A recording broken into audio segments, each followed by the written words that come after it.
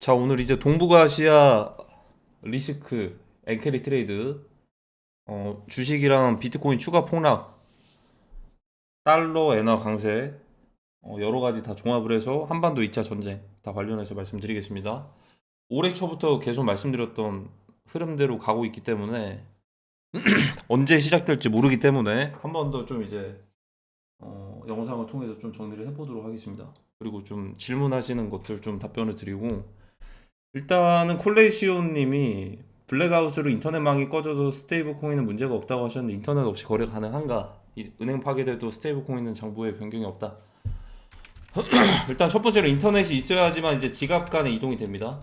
이동이 되고, 두 번째는 스테이블 코인 달러는 이제 고유하게 유지가 된다. 이제 은행이 만약에 셧다운이 됐어요. 이제 셧다운. 근데 만약에 셧다운이 됐던 파괴가 됐어요. 근데 이제 백업이 안 됐어. 그러면 이제 저장됐던 게 다 날라갑니다.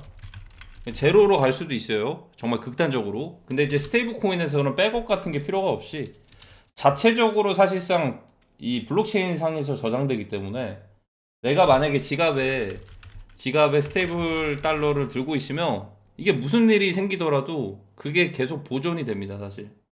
가장 안전한 1순위로 주목을 받게 될 가능성이 크다.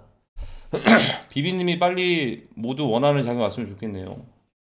한파동에 추가적인 대폭락이 더 남아있을 수도 있습니다.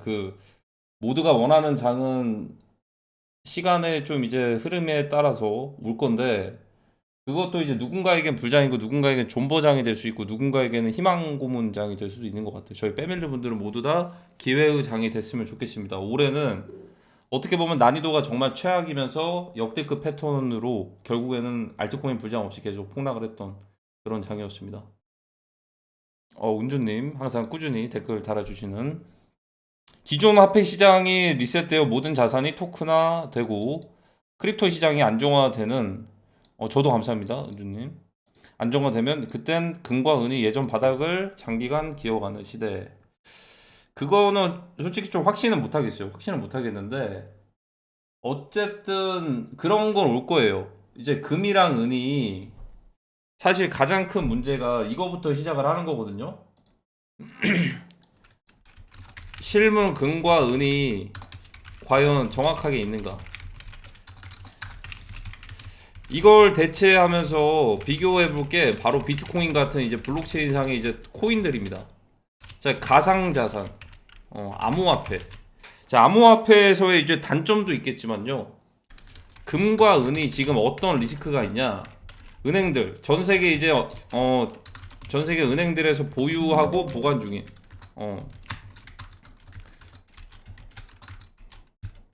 전 세계 은행들 보유 보관을 했다라고 일단은 표시는 되어 있는데, 금과 은이 지금 재고가 실제로는 없을 수도 있단 말이죠. 거기에 대해서 이제 비트코인이 됐던 어떤 다른 코인들은 장부상에 그런 것들을 조작이 안 돼요. 사실 그 지갑 주소를 추적해 보면 되는 거고, 그래서 개수 같은 것들도 사실 조금 더 투명하게 알 수가 있는 게 바로 이제 비트코인이나 아니면 토큰들 이런 게 될 거거든요. 근데 지금은 그 타이밍은 아닌 것 같아요. 그래서 아마 여러 은행들이나 이런 것들이 금이랑 은에 대해서 가격들을 최대한 이제 올라가는 시기가 될 건데, 그게 이제 사실 무언의 압박일 수도 있어요. 이게 이 미국의 금융시장에 대한 압박. 사실 이 금융시장의 신뢰를 얻으려면, 예를 들어 이제 미국의 은행에다가 맡겨놨던 금이 됐던 은이 됐던 이런 것들을 다시 되찾으려고 할 때 그 실물이 있어야 되지 않겠습니까? 근데 실물에 대해서 그게 만약에 혹여나 부족하다라고 한다면 거기에 대해서는 언젠가는 그걸 메꿔놔야지만 미국이 이제 전 세계를 주도하는 다음 이제 신금융 시장에서도 주도를 하게 되겠죠. 그런데 아이러니하게 금이랑 은의 가격이 올라가다 보니까 이거를 메꿔, 만약에 없다라고 한다면은 메꿔야 되는 가치가 높아지고 있어요.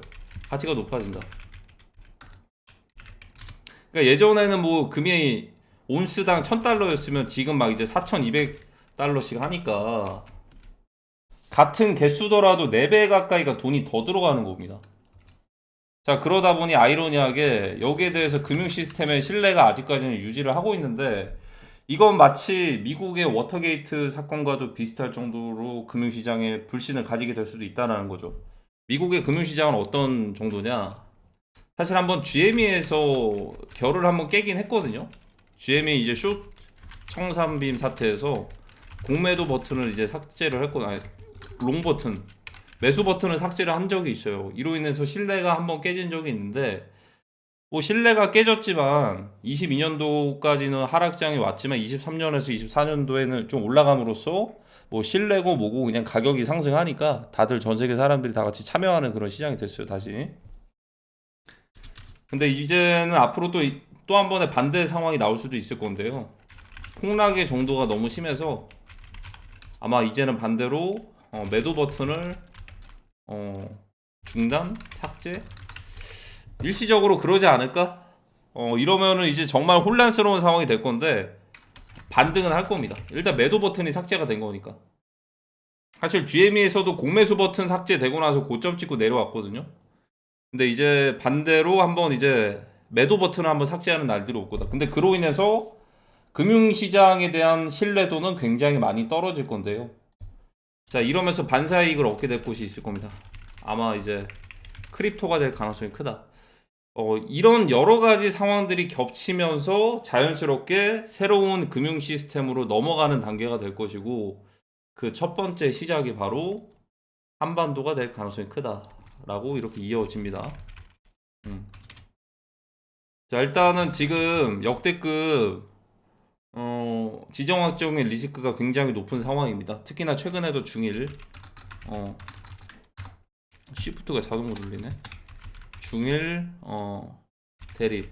그래서 지금 항공권도 다 취소하고 양안 전쟁 관련 참견하지 마라. 아니면 뭐 일본에서 참견하겠다 이런 식으로 하면서 한반도를 가운데에 두고서 중국과 일본이 대립하는 관계가 그려지고 있습니다. 자, 그러면 여기서 이제 누구나 또 이제 쉽게 예상할 수 있는 게 뭘까? 과거에 이제 일본이랑 중국이랑 청일 전쟁처럼 다시 전쟁하는 거 아니야? 팝콘 들고 구경해야겠다 이렇게 생각을 할 수도 있어요. 남일이라고 생각할 수도 있단 말이죠. 뭐 예를 들어 러시아나 우크라이나 같은 경우에는 좀 이제 멀리 있다 보니까 정말 우리랑은 전혀 관련이 없을 수도 있겠지만 체감상 그 바로 옆에 있는 중국이랑 일본을 두고서도 그게 팝콘 들고 구경할 상황이 전혀 아니라는 거죠. 왜냐면 우리는 분단 국가니까. 분단 국가고 어떻게 보면은 여기서 더 중요한 게 뭐죠? 중국이랑 만약에 일본이랑 이런 대립과 전쟁을 한다면 그 가운데에 있는 한반도에 지분을 두고서 한반도에 지배권을 두고서 일본 편들래 중국 편들래로도 이거 가지고 또 싸울 수도 있는 거예요. 한국과 북한이. 그러니까 이게 단순히 그냥 이제 팝콘 들고서 이제 구경할 그런 사안이 아니라는 겁니다.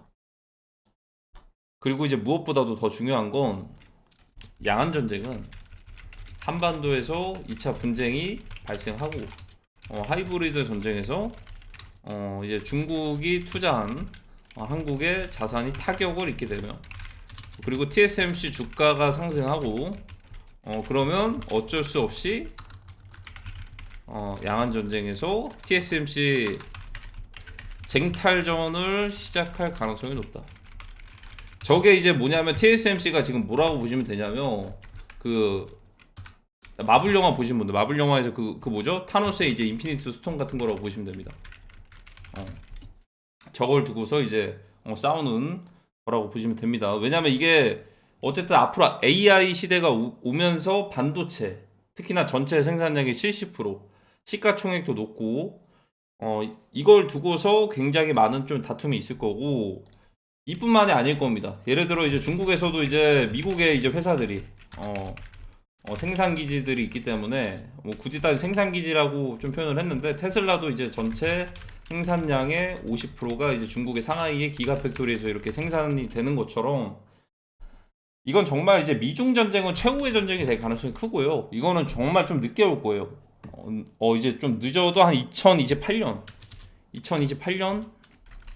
늦어도 빨라도 그래서 이제 이쪽에서는 사실상 정말 미국의 주식시장뿐만 아니고 전 세계가 다 같이 타격을 입을 수도 있는 그런 상황이 되기 때문에 좀 늦게 올 것 같고, 첫 번째 시작이 근데 이제 한반도가 될 가능성이 크다라는 겁니다.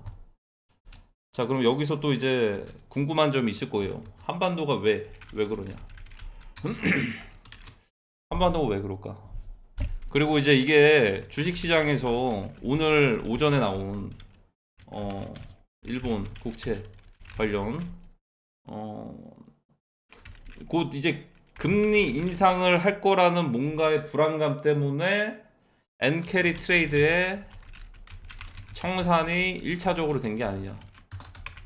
시그널 전조 증상이 보이는 게 아니냐. 일단 엔캐리 트레이드부터 먼저 봐야겠죠. 엔캐리 트레이드라고 하는 거는 엔화가 굉장히 값쌌습니다. 값싼 엔화였습니다. 엔화를 빌려서 기관들이 그걸 가지고서 금리도 낮았어요. 제로 금리. 자산 시장에 제로 금리. 자산 시장에 투자했던 걸 말합니다. 이게 코인이 될 수도 있고, 코인은 솔직히 좀 이제 뒤늦게 좀 들어온 시장이어서 엄청 좀 이제 많이 투자는 안 됐을 거예요. 혹시 또 모르죠. 사토시 나가모토 일본에서 만든 거일 수도. 코인이랑 이제 주식이나 뭐 부동산, 뭐 채권, 미국채 등등 여러 가지들을 좀 간접적으로 투자를 아주 효율적으로 할 수가 있었습니다. 왜냐? 엔화가 굉장히 쌌기 때문이에요. 엔화의 값어치가 굉장히 쌌고, 그리고 이제 엔화를 빌리는데 금리도 낮았기 때문에 그걸 바로 엔캐리 트레이드라고 하는 건데, 그래도 이게 언젠가는 계속 투자만 해두고 그러질 않을 거예요. 언젠가는 팔아야 되지 않겠습니까? 이거 청산을 해야 돼요. 청산. 물량 정리를 해야죠. 투자했던 자산. 그리고 이제 엔화 갚아야죠.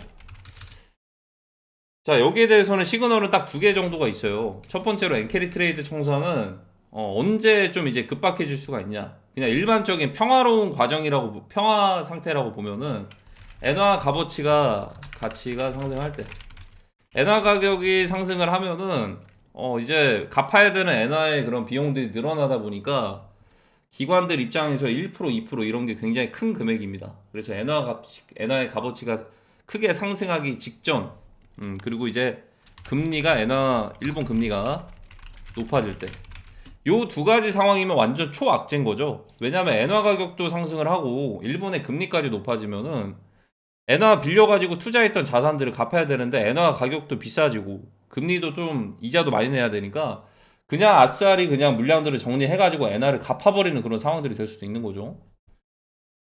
근데 이제 엔캐리 트레이드 청산이 되면은 아이러니하게 이게 어떻게 되냐? 엔캐리 트레이드 청산을 하게 되는 건 뭐죠? 엔캐리 트레이드 청산. 엔화 빌려서 투자했던 자산 정리. 그리고 엔화 다시 가품. 자, 그러면 엔화의 수요가 많아집니다. 엔화가 다시 재고가 많아져요. 그러면 이게 어떻게 되냐? 일본 금리도 하락할 가능성이 크다. 자, 이런 상황이 됩니다. 그러면은 어떻게 보면은 일본의 잃어버렸던 40년 경제가 다시 호황장이 될 첫 시작이 될 수도 있어요. 근데 이 과정에서 또 이제 뭐가 붙냐? 동북아시아. 동북아시아 이제 전쟁까지도 이게 이어집니다. 사실. 이거는 오랜 기간 전부터 이게 어느 정도 대략적인 날짜까지는 아니겠지만 좀 어느 정도 큰 플랜에 있었을 수도 있는데요. 자, 일단 엔캐리 트레이드 청산이 되면은 엔화를 빌려온 걸 정리를 하고 엔화를 갚아. 그러면 엔화 재고가 많아지니까 일본의 금리도 하락할 가능성이 크다. 엔화를 많이 보유하고 있으니까. 그쵸? 음. 자, 근데 그런 상황에서 첫 번째로 엔캐리 트레이드 청산이 그냥 되는 게 아니고 한반도에 만약에 2차적인 분쟁이 발생합니다. 북한의 이제 강력한 도발. 자, 이렇게 되면 어떻게 될까요? 이렇게 되면 안전자산이 뭐가 될까? 당연히 원화는 아니겠죠. 분쟁 지역이 한국인데 엔화와 달러가 됩니다. 자, 그리고 여기서 뭐 미국채도 있고 일본 국채도 있을 거예요. 그리고 이제 금, 은 같은 것들도 있을 겁니다. 자, 근데 여기서 일단은 엔화만 한번 봅시다. 엔화. 안전자산이 엔화가 된다고? 한반도 2차 분쟁인데? 뭐 핵전쟁이 나면 모르겠으나.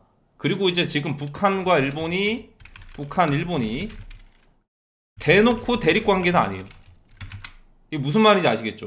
지금 일본은 중국과 대립관계지, 북한이랑 이제 억제를 하긴 하겠죠. 근데 우리 북한 너네한테 너네 핵 그만 만들어. 비핵화 해. 안 하면은 우리가 그 미사일 쏴버릴 거야. 이런 식으로 가는 게 아니에요. 그냥 건드리지를 않고 있어요. 지금. 근데 그 북한보다도 더 큰 중국이랑은 이제 대립관계를 그리죠. 자, 근데 그 상황에서 만약에 북한에서 한국에서 강력한 도발을 하게 됐을 때 이거는 일본 입장에서 대놓고 북한에게 그거를 강력하게 그거를 군사적인 것들을 지원하겠다라고 일본이 할 수는 없어요. 왜 그러냐? 왜 그러냐? 북러 조약이 맺어져 있기 때문입니다. 북러 조약. 그러니까 북한을 침공하며 곧 러시아를 침공하는 거다. 이런 북러 조약이 맺어져, 군사 조약이 맺어져 있기 때문에 일본 입장에서는 적극적으로 대놓고 북한을 억제하겠다라기보다는 지금 마치 우크라이나 있죠. 우크라이나가 나토에 가입되어 있지 않는데 유럽의 국가들이 우크라이나를 지원을 해주고 있습니다. 왜 지원해주냐? 우크라이나가 밀리면 이제 유럽 나토 vs 러시아가 싸우기 때문에 밀리지 말라고 샌드백처럼 계속 푸시를 해줄 수밖에 없겠죠. 자, 그것도 지금 한국도 마찬가지입니다. 한국이 만약에 북한에게 다 밀리면은 그 다음은 일본이 되겠죠. 필리핀은 뭐 대만도 이제 필리핀에 있는 것처럼. 자, 그렇기 때문에 간접적으로 이렇게 지원을 하되 큰 억제력을 행사할 것 같지는 않아요. 처음에는. 왜냐하면 북한이 핵을 보유 중이기 때문에. 자, 그러면 이게 어떻게 되냐? 나름대로 이 구조가 되면 어떻게 되냐? 통제 가능한 전쟁이 됩니다. 경제는 돌아가는 거예요. 그걸 이제 전시경제라고 합니다. 자, 이렇게 경제는 돌아가는데 통제가 되면서 그럼 북한은 대놓고 일본에까지는 위협을 안 하는 정도면은 그러니까 엔화가 안전자산으로 이렇게 주목을 받을 가능성이 크다라는 겁니다. 당연히 이제 미국의 달러도 마찬가지겠죠. 자, 그럼 만약에 북한에서 엄청 강력한 도발을 하게 됐을 때요, 엔화가 강세가 이제 엔화 수요가 많아집니다. 엔화 프리미엄이 붙을 수도 있고 엔화 가격이 비싸지기 전에 일단은 강력한 도발로 인해서 자산군들이 위험 자산들이 하락을 할 겁니다. 예를 들어 이제 디스플레이, 램, 이런 것들 있죠. 반도체. 이런 부분들이 한국에서도 많이 생산이 됩니다. LG, SK, 삼성전자. 탑3 대기업이죠. 이런 상황 속에서 만약에 한반도에서 2차적인 분쟁이 발생을 하면 거진 이제 수출, 이거를 의존했던 기업들이 이 수출이 좀 막히게 되겠죠, 사실. 아니, 삼면이 바다로 둘러싸여 있는데 이게 분쟁이 발생해 버리면 이거 뭐 수출하다가 그게 뭐 함몰될 수도 있는 거고, 이게. 자, 그러다 보면 수출이 좀 이제 불가피해지면은 이거를 가지고서 제품을 만드는 곳들 있잖아요. 예를 들어 뭐 아이폰이 됐던, 뭐 전자제품이 됐던 이런 것들을 만들게 됐을 때 가격들이 단가가 높아집니다. 왜냐하면 평상시에는 아무렇지 않게 들어왔던 것들이 이제는 안 들어오니까 단가가 높아지고 그것은 또 이제 구매력이 똑같다라고 한다면 그 제품 가격들이 비싸지니까 판매량이 좀 줄어들어요. 그게 자연스럽게 매출이 급감하게 되는 거고, 한반도 2차 분쟁만으로 이거는 다른 캄보디아, 태국, 인도, 파키스탄 이런 곳들이랑 다르게 증시에 영향을 미친단 말입니다. 그냥 무조건 하락한다고 보면 돼요. 무조건 하락한다. 그러니까 이제 북한에서 강력하게 도발을 하면 무조건 하락한다. 이게 스탑 돼버리면. 그러면 이제 위험 자산인 이제 주식이 떨어지면 코인도 같이 떨어지고요. 반대로 여기에 대해서 이제 전 세계는 반응할 겁니다. 골드, 실버. 수요가 늘어나고 달러, 엔화가 이렇게 늘어나고. 그러니까 일단 이 과정이 되는 거거든요. 일단은 위험 자산 먼저 매도를 할 거고요. 그리고 이미 매집했던 나라들은 뭐 수혜를 또 보겠죠. 근데 이 뒤에 그 뒤에 매도한 뒤에 그 자산을 또 이제 KRW 대신에 USD나 JPY 이런 식으로 바꿀 가능성이 크겠죠. 자, 이 과정에서 원화 가격도 박살이 나고 USD나 JPY의 그런 수요가 많아지면 자연스럽게 금리를 인하할 가능성이 큰 거예요. 얘네는 안전자산이 되고 수요가 많아졌기 때문에 수요 공급의 원리로. 자, 그러면 금리가 높은 나라보다 금리가 낮은 나라들은 그래도 나름대로 경제가 잘 돌아갑니다. 기업들이 부담 없이 잘 돌아갈 것. 이거는 뭐 이제 서민 경제에도 영향을 미칠 것. 예를 들어서 이제 수급처가 생겼어요. 예를 들어 뭐 일본에 종합상사가 있으면은 이제 직간접적으로 이거를 이제 받아줄 만한 이제 물량들을 이제 재고를 처리해줄 만한 그런 곳들이 생기기도 하고 수요가 생긴 거죠.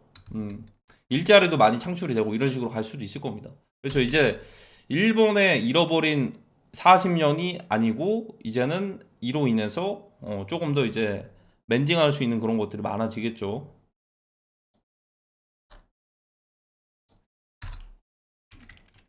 자, 모든 키는 그래서 엔캐리 트레이드 모든 키는 아이러니하게 북한에게 달려 있어요. 그러니까 지금 입지가 최고조에 있다고 봅니다. 그러니까 원래였으면은 그냥 미사일 쏘고 도발하고서 예전이었으면 뭐 그 뭐냐 투자 받고 기부 받고 쌀 받고 이런 식으로 이런 인식들이 있잖아요. 지금 그 상황이 아니에요. 지금 만약에 한반도에서 강력한 도발과 2차적인 분쟁이 발생하면 전 세계가 혼란이 올 수도 있어요. 특히나 이제 중국, 대만 그리고 이제 러시아, 나토, 이란, 이스라엘 이쪽에 대전쟁을 3차 세계대전이라고 부를 건데 그거 오기도 전에 맛보기로 대혼란이 올 수도 있어요. 그러니까 증시 폭락, KRW 폭락, USD, JPY 상승, 프리미엄. 이거는 뭐 이제 USDT나 이제 스테이블 코인도 달러 스테이블 엔화도 마찬가지가 될 거고 골드 상승, 실버 상승.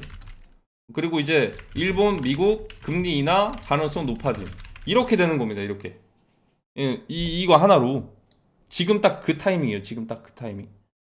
그래서 지금 최근에 있었던 일본이랑 중국의 대립관계 이런 것들이 저는 단순히 그냥 과거 청일 전쟁만을 얘기를 하는 것 같지는 않고 여기에 중간에 껴있는 한국과 북한 이 사이에서 먼저 트리거가 발생을 한 뒤에 그 뒤에 이어질 가능성이 크다. 특히나 이제 중국과 대만의 전쟁은 2027년까지 끝내라고 했는데요. 만약에 27년이 되기 전에 중국에서는 지금 현재 중국에서는 이제 미국보다 한국 국채에 많이 들고 있습니다. 자, 이렇게 한국에 투자를 많이 해둔 상황인데 만약에 그 자산들이 타격을 입게 됐을 때는 중국과 대만의 양안 전쟁이 가속화가 될 수밖에 없을 상황으로 갈 겁니다. 높은 확률로. 그리고 예를 들어서 지금도 마찬가지예요. 중국과 대만이 이렇게 전쟁을 한다면 주변 국가들이 지금 상황에서 동북아시아는 나름대로 평화로운데 대놓고 막 전쟁 스타트 이렇게 하진 않았잖아요.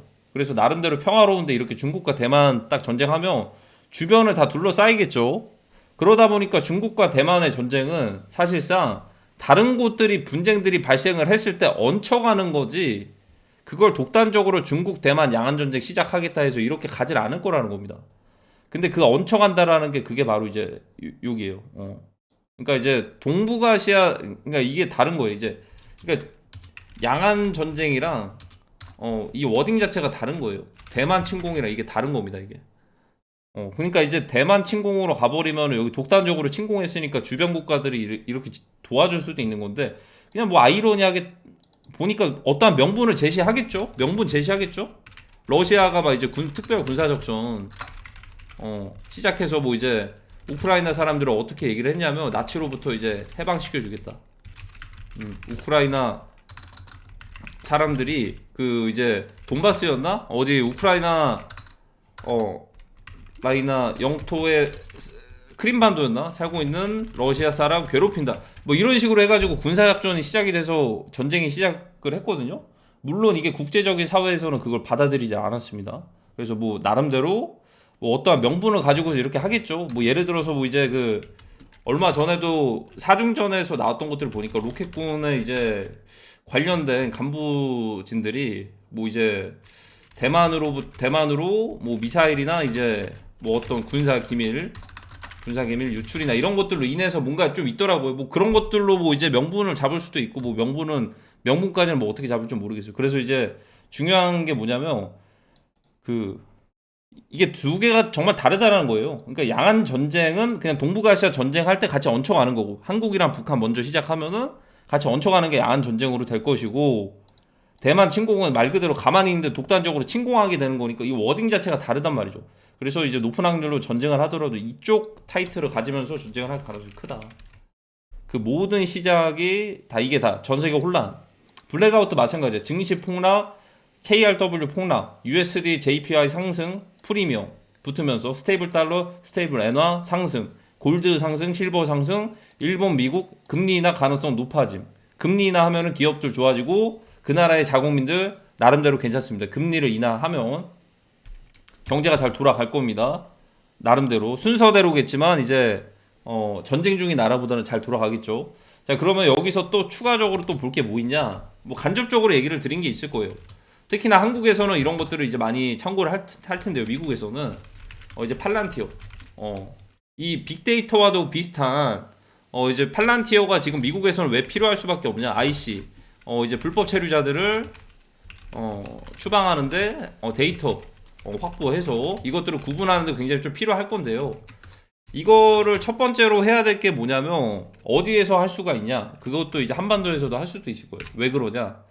적과 아군이 구분하기 힘든 생김새도 비슷한 중국인, 한국인, 북한인, 일본인 그러니까 나름대로 비슷하다는 거예요. 서양 사람들이랑 좀 다르게 좀 다른 건 있겠죠. 좀 다른 건 있겠는데 대만이 이렇게 좀 다른 건 있는데 나름대로 생김새가 좀 비슷하잖아요. 그래서 이제 적과 아군이 구분하기 힘든 상황에서 팔란티어가 많은 역할을 하게 될 것이다. 그리고 최근에 마이클 버리가 그래서 이걸 얘기를 드리는 게 엔비디아. 지금 탑 1이죠.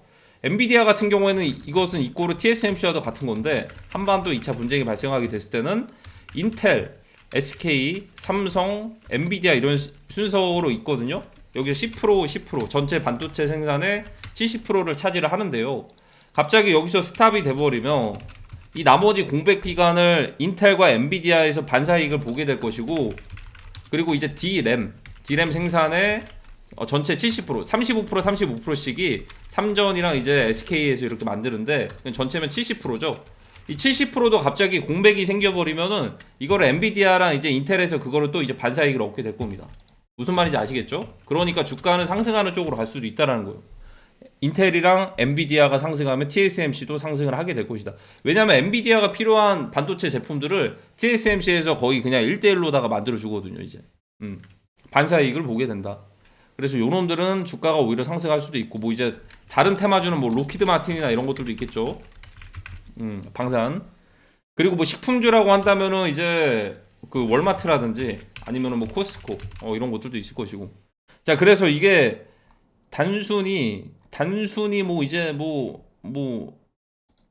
그냥 전쟁이 아니고 이거는 이 모든 게 다 껴있어요. 이게 이 한반도 2차 분쟁만으로도 이 모든 게 다 껴있는 거. 이게 반도체 생산이 차질이 생기고 디스플레이 생산, 램 생산이 차질이 생겨서 애플 휴대폰이 됐던 전자제품이 됐던 컴퓨터 부품들이나 이런 것들도 값어치가 비싸질 수도 있고요. 비싸질 수도 있고 그로 인해 반사이익을 보는 기업들도 생길 수도 있고요. 거기다가 이제 그뿐만이 아니고 증시가 전체적으로 한번 폭락을 하는 트리거가 될 수도 있고 특히나 원화도 이제 다음 원화도 이제 폭락을 하겠지만 USD 엔화도 상승할 수가 있고 수요가 많아지고 스테이블 달러 엔화도 여기에 대한 수요가 많아질 수도 있고 골드 상승 실버 상승도 할 수도 있고 일본과 미국의 금리 인하 가능성도 높아질 수도 있으면서 거기다가 이제 최후의 전쟁 사실상 트럼프 대통령의 최후의 전쟁은 어떻게 보면 이제 중국의 공산당과의 이제 전쟁이 되겠죠. CCP를 해체시키는 게 최종 목표가 되겠죠. 유대인 세력들은. 자, 그러다 보니까는 이 양안 전쟁의 트리거도 앞당길 수가 있는 겁니다. 이 한반도 2차 분쟁으로 이렇게. 그리고 이게 모든 게 다 연결되어 있고 아마 이게 시작되는 시점에는 비트코인은 이미 10K를 가게 되어 있을 것이고 중국, 대만, 러시아, 나토, 이란, 이스라엘 이런 여러 국가들이 동시다발적으로 발생할 가능성이 크고요. 특히나 이제 미국에서는 공화당과 이제 민주당 아직은 반란법 카드를 꺼내지는 않았습니다. 꺼내지는 않았는데 이게 하나씩 전체적으로 다 같이 겪게 될 것이다 라는 생각이 듭니다. 오늘 총 정리를 드렸는데 만약에 좀 이해가 안 되시는 부분이 있고 그런 논리적인 좀 이제 오류나 결함이 있다라고 생각을 하시면 질문 남겨주시면 다음 영상 때 한번 다뤄보도록 하겠습니다.